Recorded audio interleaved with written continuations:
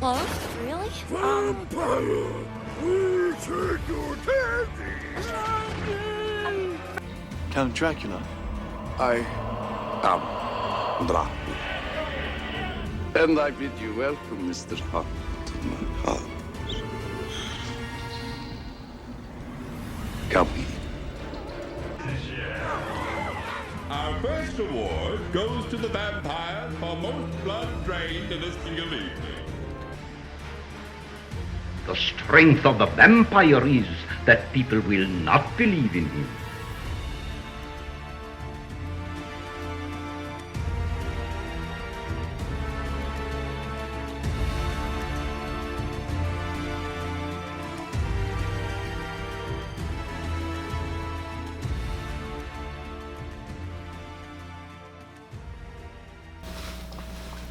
Good evening, my YouTube audience. The sun has gone down, so you know what time it is. It's time to record another podcast episode.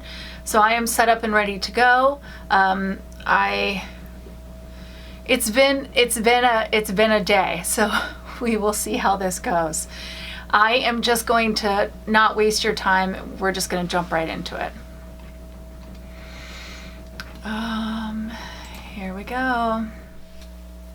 Okay, so I just lost 15 minutes to finding the batteries that I knew I charged before I went to New Orleans a couple weeks ago and could not find. So I found them, they're in the camera. Okay, we're okay, everything's okay. As I was saying, today's podcast is brought to you by a sugar-free Red Bull because I'll talk about it when I start recording, but it's been a few days. All right. Let's just do this. Good evening, my fellow vampire lovers. The sun is going down, and you know what that means. It's time for me to record another episode of my podcast, The Beautiful Dead. As always, I'm your host, Lena Nazari. If you've never been here before, I'm going to make this nice and quick. Just go to lenanazari.com, and you can see links to everything and how to reach out to me. I don't want to spend a lot of time talking about my business and how to reach me and everything I've been doing, because today is a different kind of day for me. So the first thing I'll tell you is I started working with a diet coach this week and changed my eating, which is a good thing. But as anybody knows, when you change your eating, even if it's for the better, there is definitely an adjustment and there's definitely an emotional reaction and a physical reaction. So it's been a rough couple of days, but I am motivated. And then to top it off, I sort of had my world rocked this morning. So as you guys know, the movie I'm about to review was actually supposed to be not this week, but next week. This week was supposed to be Dracula Untold, but I moved this up in honor of Julian Sands. At the time of recording this podcast, he has been missing for 9 days after he went on a hike on Friday, January 13th. And 2 days later, he was reported missing that night. 2 days later, they found that his cell phone had pinged, so he was still on the move. They were trying to do ground searches, but the weather is not cooperating and the risk of avalanche is high, so they were doing aerial searches. And then on the 18th, they found his car. So today, January 22nd, when I'm recording this, they have started again aerial searching, but they cannot do ground searches. So it has been 9 days, and if you follow my TikToks, you already know this, so I apologize, but Julian Sands was a very big part of my middle school and high school. He's always been an actor that I sort of hold dear because I discovered him with the movie Warlock and then Tale of the Vampire. He was in Boxing Helena. He was in Gothic. If anybody's ever seen that, that's sort of a very unknown movie that I was completely obsessed with. And of course he was in Arachnophobia. He was in a ton of things, but between Warlock and Tale of the Vampire, Julian Sands was my first crush. I was young, I was young, but I was definitely at the stage where I was starting to develop crushes, and Julian Sands was my first crush. I think he's one of the reasons, he and a few other people, but he's one of the reasons why I still love men with long hair, and particularly love men from the United Kingdom. He definitely, I think, is a part of that.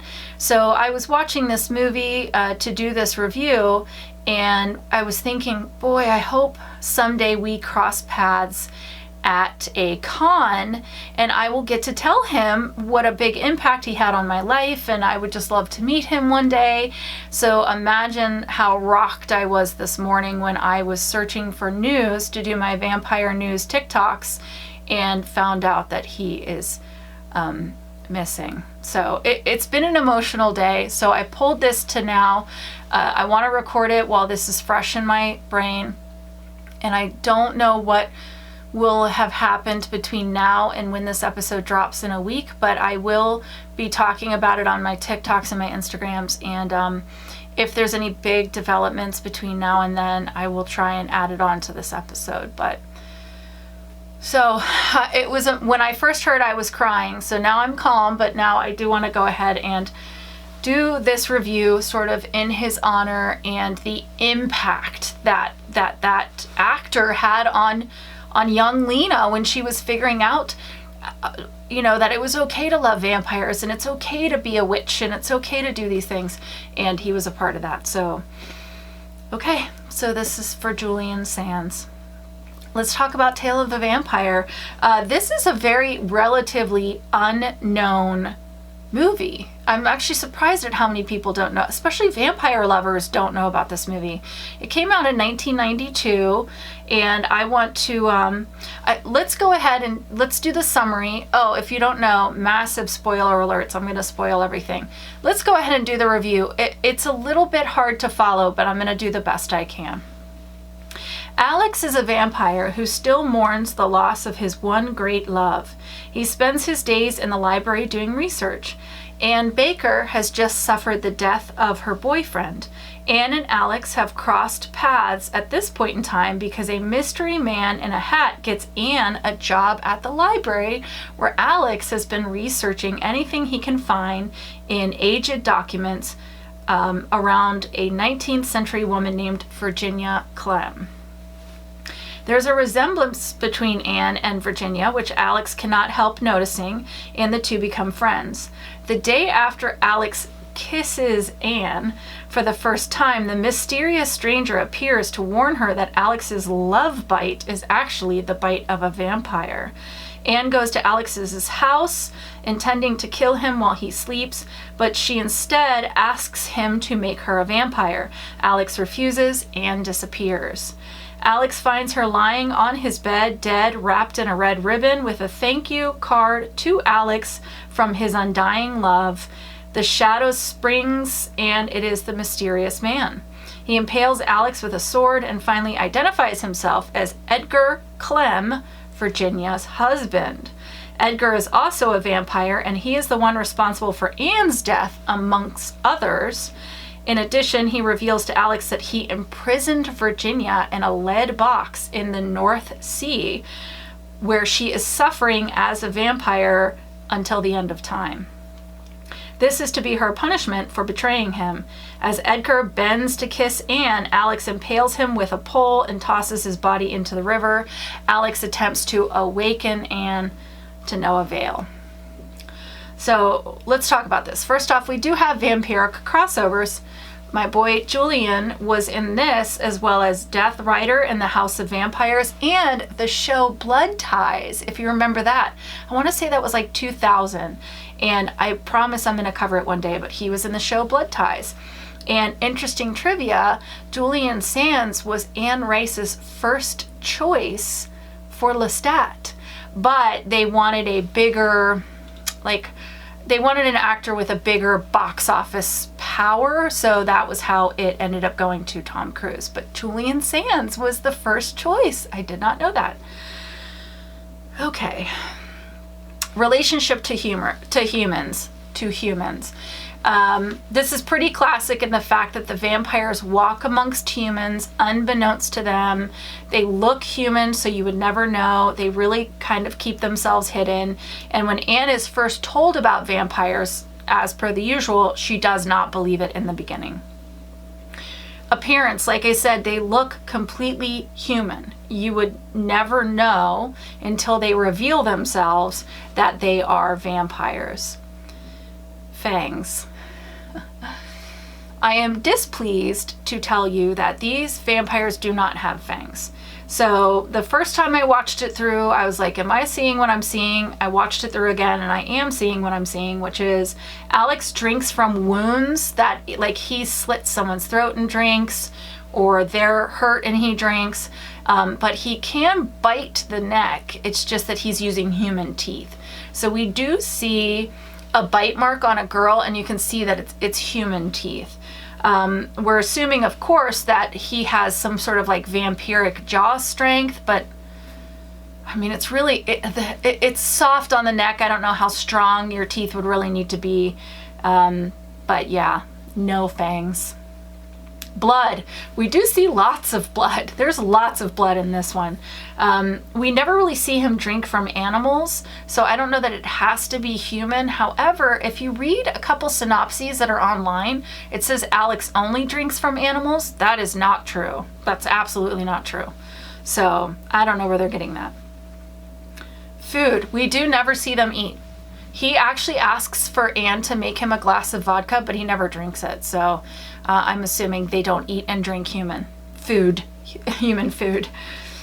Sunlight. So we never really see Alex in the daylight, but we do see Edgar in the daylight several times. So these vampires, unless Edgar is some kind of special vampire, they can be in the daylight.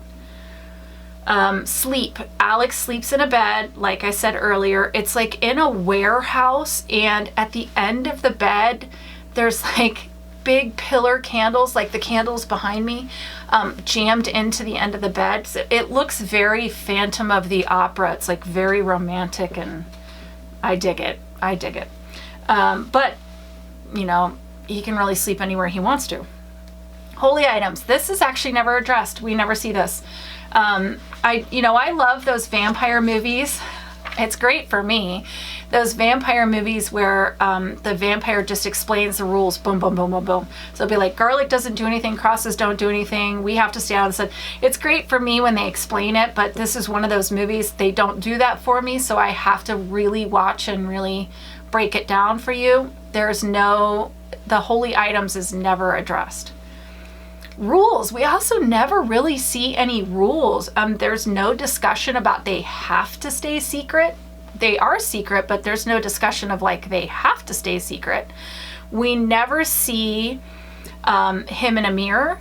And at one point in time, he does go to Anne's house and ask to come in. But prior to that scene, if you watch, there is a scene where he's watching her sleep in her bedroom. And obviously she did not invite him in to do that. So obviously he doesn't need to be invited. So I guess they have no rules, really. Powers. So at one point in the flashback, Alex is approaching Virginia, and she goes, Alex, you've used your magic again. But I don't know what this is in reference to. I have no idea. We never see him use any kind of powers. None. In the flashback, Alex and Virginia are running from what I assume are hunters, because Virginia says, I didn't kill them. They're running, and not only are they not fast, but they have terrible endurance, because Virginia's like, I can't do it anymore, Alex, I can't. And not only are you not fast, but you can't just run through the woods. Like, you have terrible endurance for a human, let alone for a vampire. We never see them glamour. We see no speed, we see no strength, we see there appears to be really no upside to being a vampire other than the fact that you live forever, which Alex does not make look like a lot of fun. So how are they made? Classic. I love the classic embrace. You drink from me, I drink from you. Bada bing, bada boom, vampire. How do they die? Oh, I'm sorry. Heartbeat and breathing. This is also never addressed. However, in the forest scene that I just discussed, they're hyperventilating. She's hyperventilating. So clearly they can breathe because she's hyperventilating. We don't know about the heartbeat. It's never talked about. How do they die? No idea. Alex mentions multiple times that he cannot die. He is stabbed with a sword. I don't know what part of him is stabbed, but I do know it doesn't seem to affect him at all. Edgar has a pipe driven through his midsection and is thrown out through a window out into water. But I mean, if he's like Alex, that's not going to stop him. They can be in sunlight.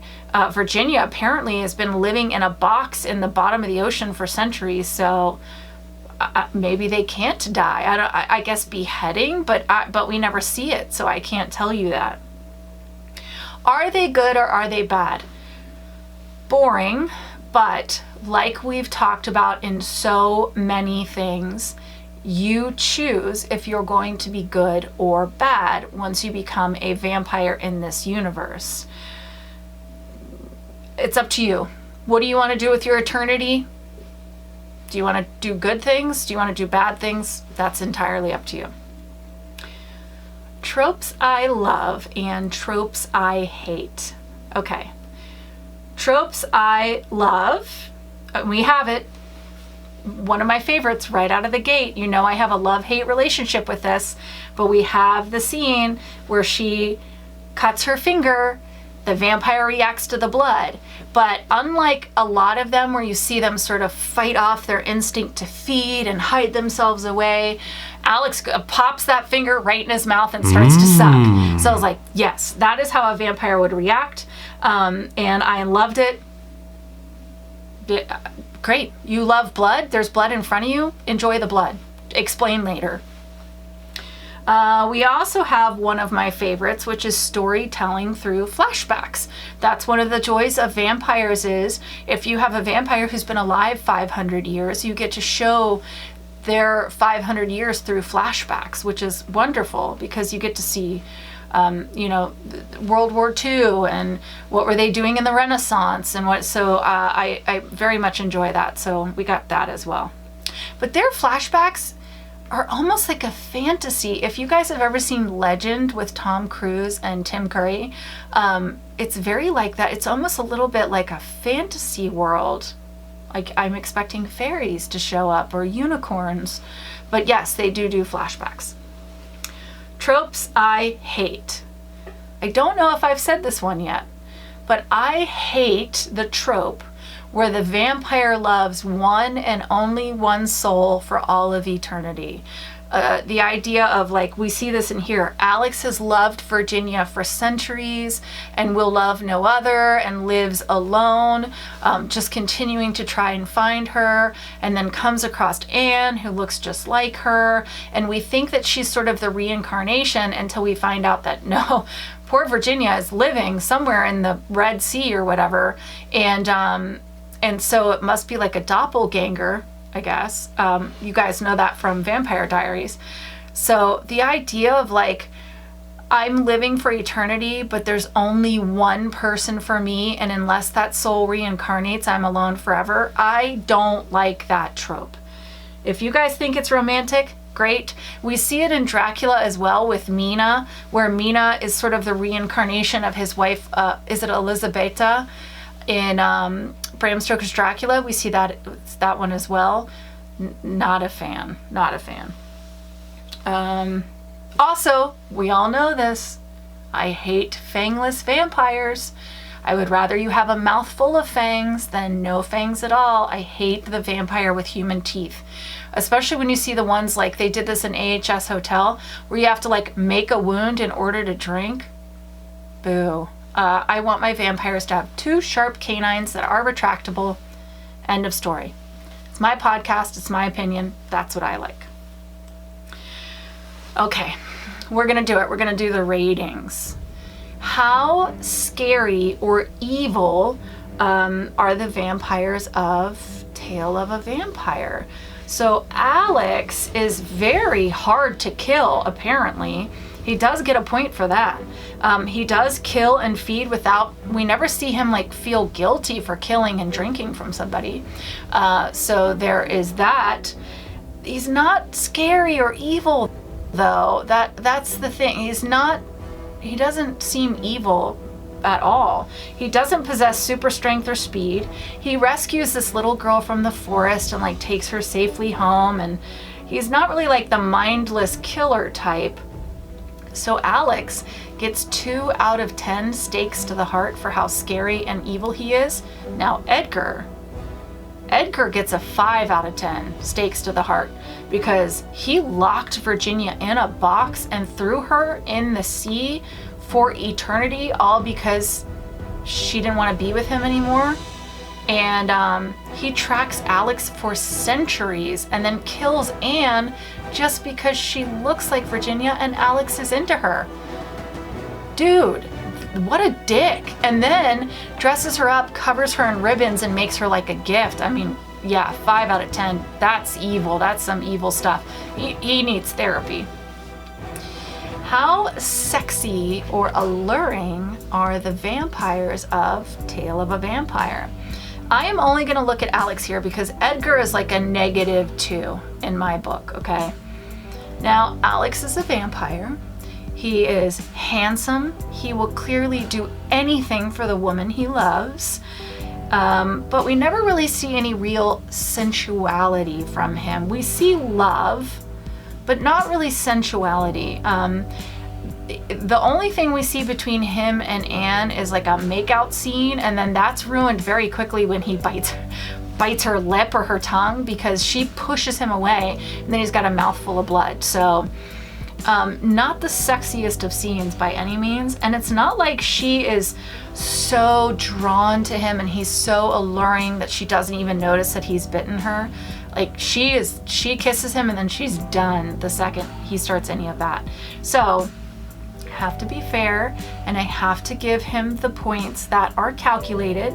So Alex gets 3 out of 10 onks for sexiness and allure.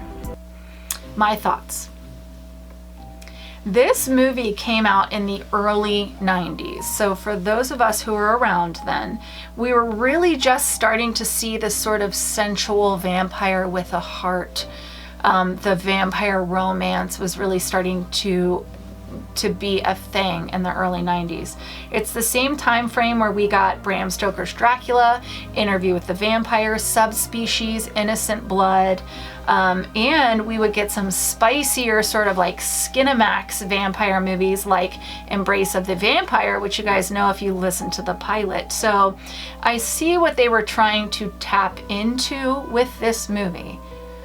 I can still remember renting this at Blockbuster, taking it home, and being so excited because I knew Julian from Warlock, and Warlock is a fantastic movie. If you've never seen it, go watch it.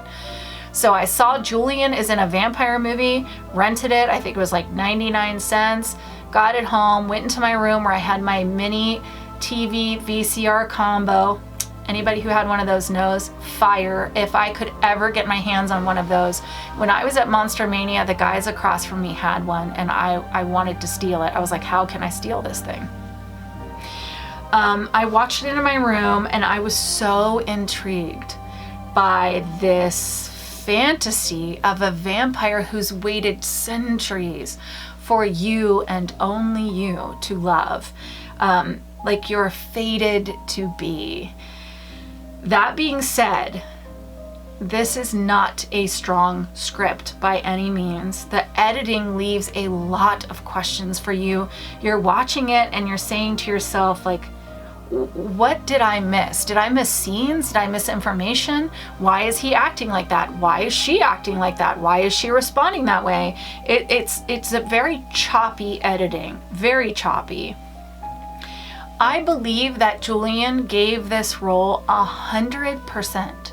He was working with what he was given. I do think he did the best he could. I remember seeing this and thinking it was so romantic. And now I go back and I rewatch it, and I find it problematic. Alex meets Virginia for the first time when she is a child lost in the woods, okay? Little, I'm talking like 4 or 5, okay? 6 at the oldest. He takes her home, I guess to her home, like helps her find her way back, but then is always a part of her life. And then she's a woman, she's married, but they have like words of love to each other, and then eventually they realize they want to be lovers and he turns her. So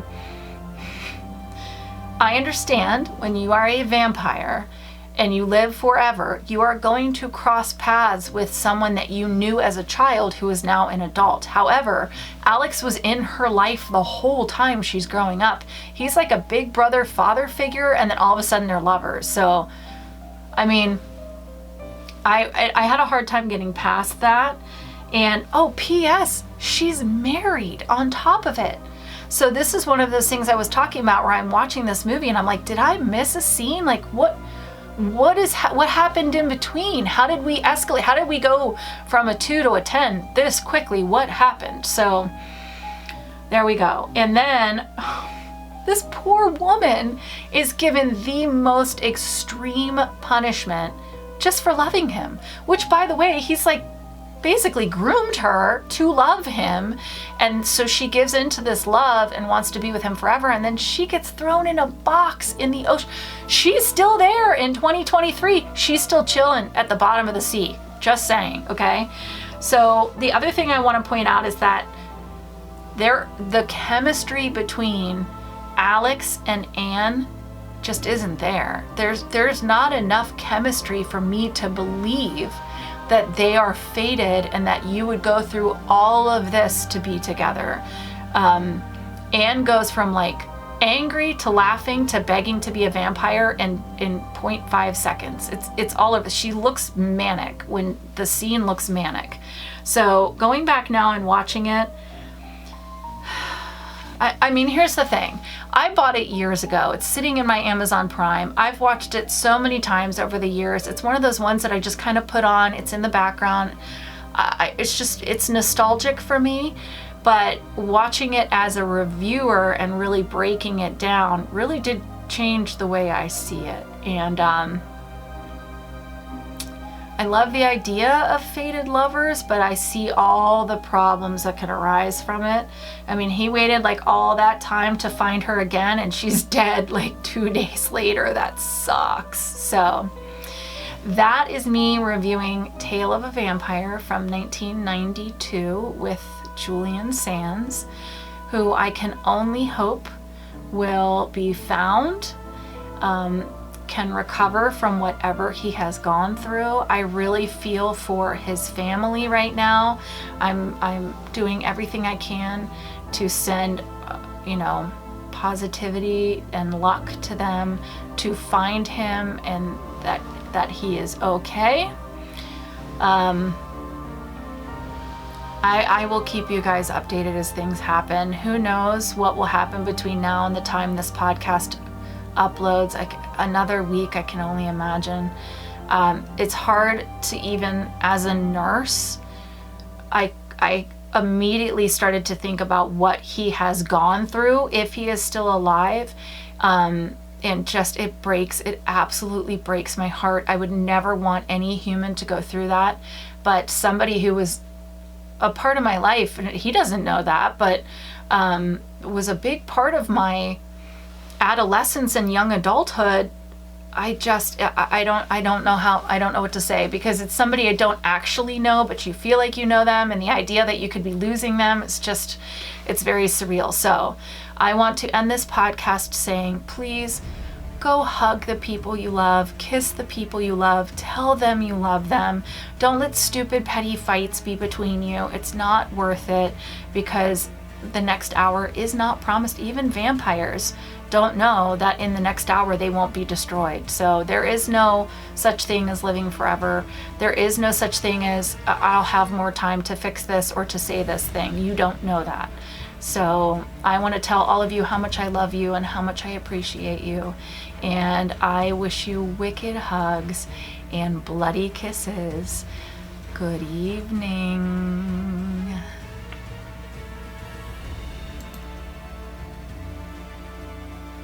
So we did it again. There was no interruptions. I'm surprised. I guess I'm finally, after a very rough day, having some pretty nice luck. So I am now going to go right into recording next week's episode. So you will see that on YouTube a week from now, but I'm actually about to just go ahead and record it. So I'm going to leave you now, but I'm going to be right back. Don't worry, I'm coming right back.